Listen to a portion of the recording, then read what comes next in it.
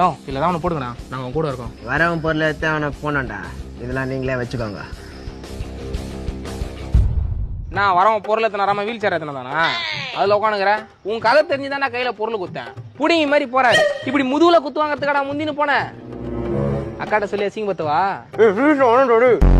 ஒரு நல்ல ஷாட்னா காயின் இருந்த இடத்துல ஸ்ட்ரைக்கர் இருக்கணும்.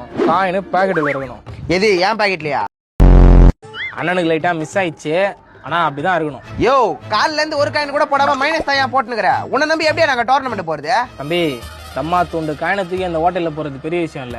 அவ்வளோ பெரிய ஸ்டைகரை கணக்கா தூக்கி உள்ள போட்டான் பாரு, அதான் பெரிய விஷயம். இந்த மாதிரி தான் ஏதாவது வளர்னுக்குறான் இவன். அன்னைக்கு ரெட்டை போட்டு ஃபாலோ பண்ணணும்னு கூட தெரியாம காயின் எடுத்து பாக்கெட் வச்சுக்கினா.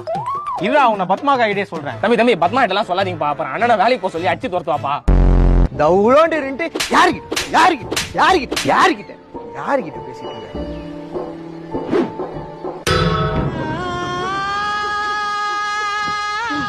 கையில காலில் அடிக்க வேண்டியதானையா? உன் யார் மாடு மாதிரி போய் முட்டை சொன்னது? தேவையில்லாம கம்பியிலலாம் வச்சு அசிங்கமா போயிடுச்சு. சந்திரா வேற யாராவது கலாய்க்க போறாங்க அப்பா வீட்டுக்கு போயிடுச்சு. டேய் தம்பி என்னடா அதுக்குள்ள வந்துட்டா? ஸ்கூல் முடிஞ்சிச்சா? ஆமா நான் டங்குன்னு ஏதோ மணி சத்தம் கேட்டுச்சு. அதான் ஸ்கூல் முடிஞ்சிச்சு எல்லாரும் வந்துட்டோம். அவ்வளவு தூரமா கேட்டுக்குது. நீங்க நான் அதை தேய்ச்சி நிக்கிறீங்க. டேய் போடா.